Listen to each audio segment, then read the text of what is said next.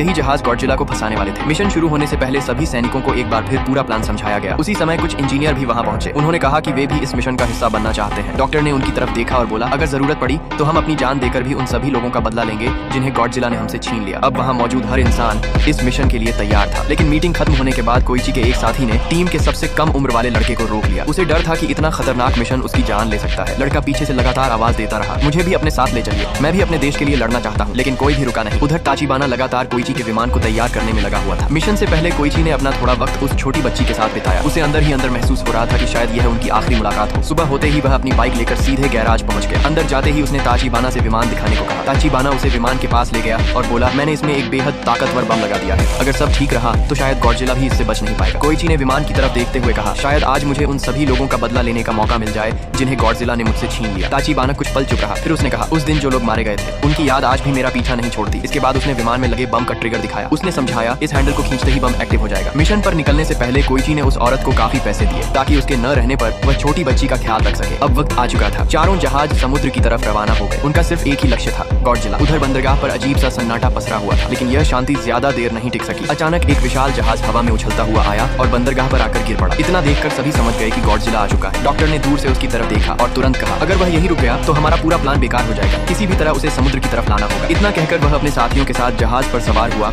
और बंदरगाह छोड़ दिया। उधर कोइची का विमान भी पूरी तरह तैयार था। उड़ान भरने से पहले उसने कॉकपिट में नॉरिको की तस्वीर लगाई। फिर उसने ताचिबाना की तरफ देखा। दोनों ने बिना कुछ कहे एक दूसरे को सलाम किया। अगले ही पल कोइची का लड़ाकू विमान आसमान की ओर उड़ चुका था। उसे जाते हुए देखकर ताचिबाना धीरे से बोला, इस बार गॉडजिला बचना नहीं चाहिए। उधर गॉडजिला बंदरगाह में कदम रख चुका था। उसे देखकर वहाँ मौजूद हर इंसान के चेहरे पर डर साफ दिखाई दे रहा था। इसी बीच डॉक्टर और उसकी टीम समुद्र की तरफ बढ़ चुकी थी। तभी कोइची की आवाज रेडियो पर सुनाई दी, मैं हवा में हूँ, आगे क्या करना है? डॉक्टर ने तुरंत उसे पूरा प्लान बताया। बात खत्म होते ही कोइची ने अपने विमान का रुख सीधे गॉडजिला की तरफ मोड़ दिया। उधर गॉडजिला शहर के किनारे से गुजरते हुए अपने रास्ते में आने वाली हर चीज को कुचलता जा रहा था। तभी कोइची उसके ऊपर पहुंच गया। उसने बिना देर किए हमला शुरू कर दिया। लेकिन उसका मकसद गॉडजिला को मारना नहीं था। वह उसे लगातार उकसा रहा था ताकि गुस्से में वह उसके पीछे पीछे समुद्र तक आ जाए। योजना काम करने लगी। गॉडजिला ने अपना रास्ता बदल दिया और कोइची का पीछा करते हुए वापस समुद्र की तरफ बढ़ने लगा। उधर जहाज पर मौजूद वैज्ञानिक अपनी आखिरी तैयारी में जुट चुके थे। उन्होंने फ्रियॉन गैस वाले सिस्टम को चालू कर दिया। अब सभी जहाज अपनी अपनी जगह लेने लगे। इसी बीच कोइची भी गॉडजिला को अपने पीछे लगाकर सीधे उनकी तरफ ले आया। लेकिन तभी गॉडजिला रुक गया। उसे देखकर डॉक्टर समझ गया कि वह फिर से अपना सबसे खतरनाक हमला करने वाला है। अगले ही पल उसकी एटॉमिक ब्रीथ ने एक जहाज को बुरी तरह तबाह कर दिया। धमाका इतना भयानक था कि पूरे समुद्र में ऊंची ऊंची लहरें उठने लगी। यह नजारा देखकर जहाज पर मौजूद सैनिक भी घबरा गए। तभी डॉक्टर ने सबको याद दिलाया, एक बार एटॉमिक ब्रीथ इस्तेमाल करने के बाद गॉडजिला कुछ समय तक इसे दोबारा नहीं कर सकता। यही हमारा मौका है। इतना सुनते ही कप्तान ने मिशन शुरू करने का आदेश दे दिया। कुछ ही सेकंड में जहाजों ने समुद्र में फ्रियॉन गैस छोड़नी शुरू कर दी। धीरे धीरे सभी जहाज गॉडजिला को चारों तरफ से घेरने लगे। योजना साफ थी, उसे समुद्र की गहराई में डुबो देना। उधर गॉडजिला ने फिर से कोइची के विमान पर हमला किया। लेकिन कोइची समय रहते बच निकला। उसने तुरंत विमान घुमाया